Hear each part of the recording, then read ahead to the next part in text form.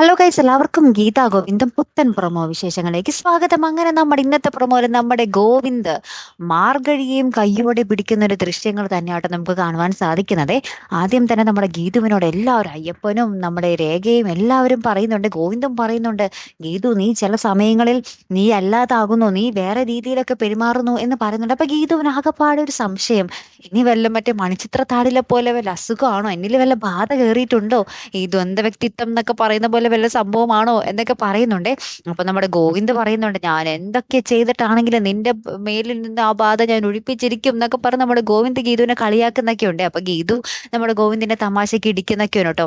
അതിന് പിന്നാലെയാണ് നമ്മുടെ അജാസ് ആ ഹാളിൽ ഘടിപ്പിച്ച ക്യാമറയിൽ നിന്ന് നമ്മുടെ ഗോവിന്ദ് കാണുകയാണ്, അവിടെ മാർഗടിക്ക് നമ്മുടെ രാധികാമ്മയും അനാർക്കലിയും ചേർന്ന് ട്രെയിനിങ് കൊടുക്കുന്നു.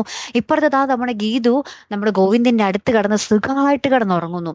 അപ്പോഴാണ് നമ്മുടെ ഗോവിന്ദന് മനസ്സിലായത്, ഗീതുവിനെ പോലെ വേറൊരാളും കൂടെ ഉണ്ട്, അവരെ രാധികാമ്മയും അനാർക്കലിയും കൂടെ തങ്ങൾക്കെതിരെ ഇറക്കിയിരിക്കുകയാണ് എന്നുള്ളൊരു കാര്യം മനസ്സിലാക്കുകയാണ്. ഇനി നമ്മുടെ ഗോവിന്ദ് എന്ത് ചെയ്യും എന്നുള്ളതാണ് നമുക്ക് അറിയേണ്ടത്. അല്ല, എന്തായാലും കാത്തിരുന്നതിനെ കാണാട്ടോ. അടുത്തൊരു വീഡിയോയുമായി വരുന്നത് വരയ്ക്കും ഗുഡ് ബൈ.